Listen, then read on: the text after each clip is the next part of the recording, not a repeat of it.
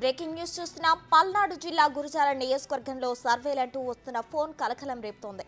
MLA అభ్యర్థిపై TDP అభిప్రాయ సేకరణ అంటూ ఫోన్లు వస్తున్నాయి. జంగా కృష్ణమూర్తి అయితే 1, నోటా అయితే 0 నొక్కాలని వాయిస్ కాల్స్ రావడంతో స్థానికులు ఆశ్చర్యం వ్యక్తం చేస్తున్నారు. గురజాల టీడీపీ టికెట్ కోసం జంగా కృష్ణమూర్తి ప్రయత్నిస్తున్నారు.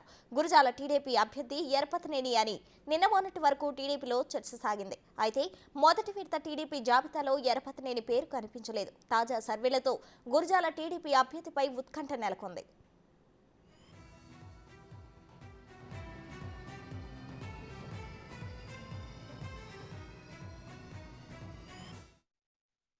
నియోజకవర్గంలో తెలుగుదేశం పార్టీ అభ్యర్థిగా మీరు ఎవరిని కోరుకుంటున్నారు?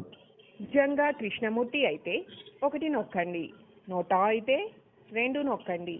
ఈ సందేశాన్ని మరలా వినాలంటే నియోజకవర్గంలో తెలుగుదేశం పార్టీ అభ్యర్థిగా మీరు ఎవరిని కోరుకుంటున్నారు? జంగా కృష్ణమూర్తి అయితే 1 నొక్కండి, నోటా అయితే 2 నొక్కండి.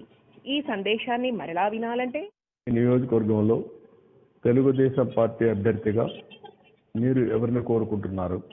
జంగా కృష్ణమూర్తి అయితే 1 నొక్కండి, నోటా అయితే 2 నొక్కండి. ఈ సందేశాన్ని మరలా వినాలంటే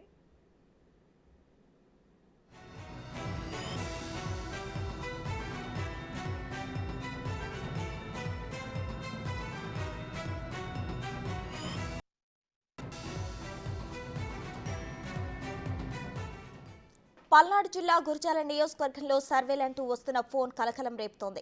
ఎమ్మెల్యే అభ్యర్థిపై టీడీపీ అభిప్రాయ సేకరణ అంటూ ఫోన్లు వస్తున్నాయి.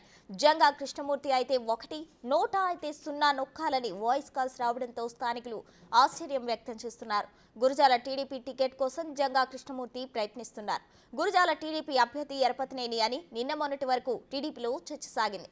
అయితే మొదటి విడత టీడీపీ జాబితాలో ఎరపతినేని పేరు కనిపించలేదు. తాజా సర్వేలతో గురజాల టీడీపీ అభ్యర్థిపై ఉత్కంఠ నెలకొంది.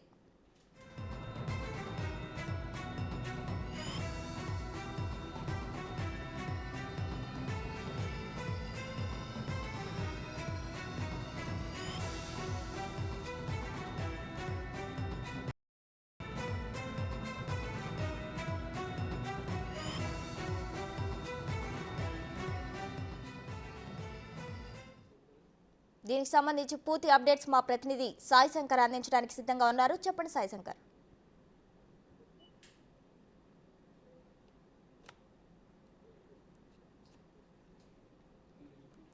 చెప్పండి సాయి శంకర్. పల్నాడు నియోజకవర్గంలో సర్వేల కలకలం రేపుతోంది. దీనికి సంబంధించిన అప్డేట్స్ ఏంటి?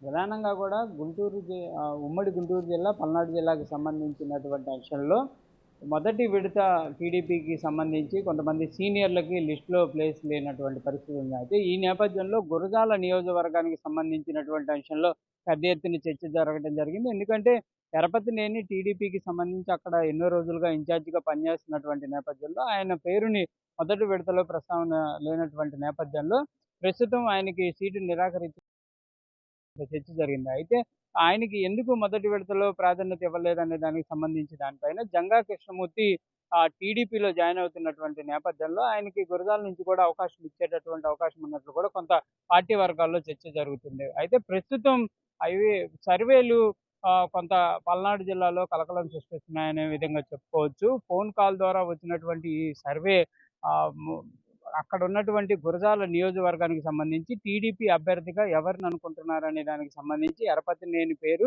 జంగా కృష్ణమూర్తి పేరు, లేకపోతే వీళ్ళిద్దరు కాదు అనుకుంటే కనుక మూడో ఆప్షన్ని తీసుకోవాలనే విధంగా కూడా ఆ ఫోన్ ద్వారా IVR కాల్ ద్వారా కూడా సర్వే చేపడుతున్నట్టు తెలుస్తుంది. ఈ సర్వే ద్వారా టీడీపీ శ్రేణులందరికీ కాల్స్ రావడంతో పాటు సామాన్య ప్రజలు కూడా ఈ IVR కాల్స్ వస్తున్నాయి.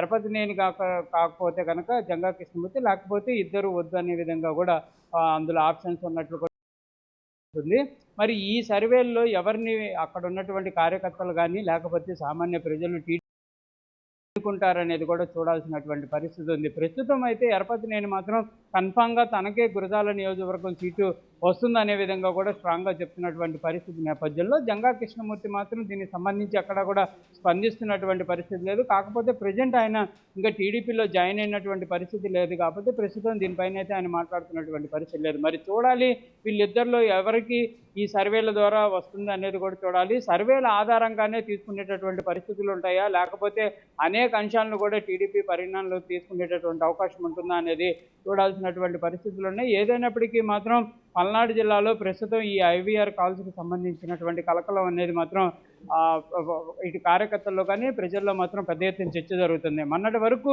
కాంగ్రెస్ పార్టీ అంటే వైఎస్ఆర్ కాంగ్రెస్ పార్టీకి సంబంధించి సత్తెనపల్లిలో అంబటి రాంబాబుకి సంబంధించినటువంటి పరిస్థితిలో కూడా సేమ్ ఇలాంటి సర్వేనే జరగడం జరిగింది. ప్రస్తుతం గురజాల నియోజకవర్గానికి సంబంధించి ఇటువంటి సర్వే జరుగుతుంది.